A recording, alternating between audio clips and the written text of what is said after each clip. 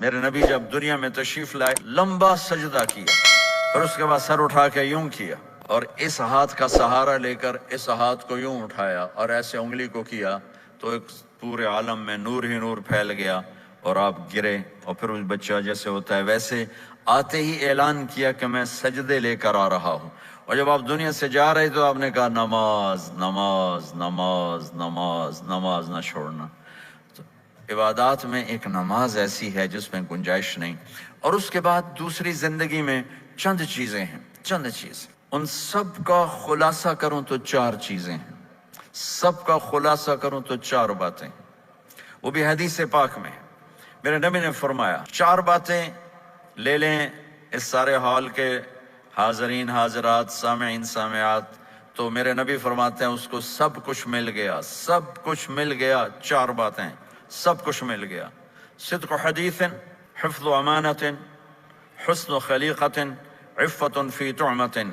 4 باتیں، سچ بولے جھوٹ نہ بولے، سچ بولے جھوٹ نہ بولے، دیانتداری سے کام کرے، دھوکہ نہ دے، اخلاق اچھے ہوں، بد اخلاق نہ ہو، رزق حلال ہو، حرام نہ ہو۔ 4 باتیں جو کر لے گا وہ پورا دین اس کے ہاتھ میں آ جائے گا۔ عبادات کے بعد نماز، فرائض، تو ایک سچائی ہو، ایک دیانتداری ہو، ایک اخلاق اچھے ہوں اور ایک رزق حلال ہو تو ہر چیز آپ کے تابع اللہ تعالیٰ کر دے گا۔ یہ پورے کا پورا دین ہے جو میرے نبی لے کر دنیا میں تشریف لائے۔ یہاں کے ماحول میں دوڑ لگی ہوئی ہے اور ایک دوسرے کو خیال کرنا یا اس کے لیے وقت نکالنا، خاص طور پر جہاں والدین پوری دنیا میں ہی پریشان ہیں لیکن ان ملکوں میں زیادہ پریشان ہیں کہ پتہ نہیں سسٹم ایسا ہے یا قدر کوئی نہیں ہے۔ لیکن میرے نبی نے فرمایا تھا کاش میری ماں زندہ ہوتی تو تم لوگ دیکھتے میں کیا کرتا۔ میں عشاء کی نماز کے مصلی پہ کھڑا ہوتا، سورۃ فاتحہ پڑھ رہا ہوتا اور ادھر سے میری ماں مجھے پکارتی محمد، تو میں ماں کے لیے نماز توڑ دیتا۔ ایک صحابی کا پیغام آیا ان کی بیگم کا کہ وہ مر رہے ہیں لیکن کلمہ نہیں پڑھا جا رہا، تو آپ تیزی سے اس کے گھر گئے، دیکھا تو وہ بول رہے ہیں، ہم نے کہا کلمہ پڑھو، کہا جی نہیں پڑھا جاتا، ویسے بول رہے ہیں نہیں پڑھا جاتا۔ آپ نے پوچھا اس کے والدین میں کون زندہ ہے، کہا جی ماں زندہ ہے۔ آپ نے کہا بلاؤ، ان کی ماں آ گئی۔ آپ نے کہا تم اس سے ناراض ہو، کہا جی ناراض ہوں۔ کیا ناراضگی ہے؟ کہ یا رسول اللہ بدتمیزی سے بولتا تھا، بس اور کوئی ناراضگی نہیں، بہت نیک بچہ ہے، تہجد بھی پڑھتا ہے، روزے بھی رکھتا ہے، قرآن بھی پڑھتا ہے، مجھ سے بولتا ہے تو سخت ہو کے بولتا، ریش ہو کے بولتا۔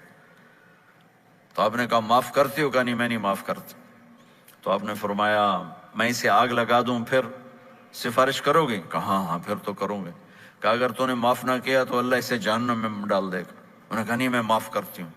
جب ماں نے کہا میں معاف کرتی ہوں، آپ نے کہا کلمہ پڑھو، تو اس نے کہا لا الہ الا اللہ، اور اس کی جان نکل گئی۔ پھر آپ نے ان کا جنازہ پڑھایا اور فرمایا کہ جس نے ماں باپ کو دکھ دیا اس پہ اللہ کی لعنت، اس پہ زمین آسمان کی لعنت، ان کی نہ نماز قبول ہے، نہ روزہ قبول ہے، نہ صدقہ قبول ہے۔ تو مجھے آپ اکثر نوجوان نظر آ رہے ہیں، آپ فیملیز والے ہیں، اپنے ماں باپ کو عزت دیں، اپنے ماں باپ کے پاؤں دھو کر پئیں، ان کی دعا لے لیں، وہ دعا آپ کو کہاں سے کہاں پہنچا دے گی۔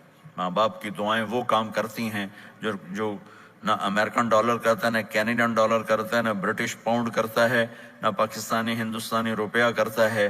ماں باپ کی دعاؤں سے 7 آسمان کے دروازے کھل جاتے ہیں، زمین آسمان کی برکتیں سمٹ کر ان لوگوں کے پاؤں میں آتی ہیں جو اپنے ماں باپ کی دعا لیتے ہیں۔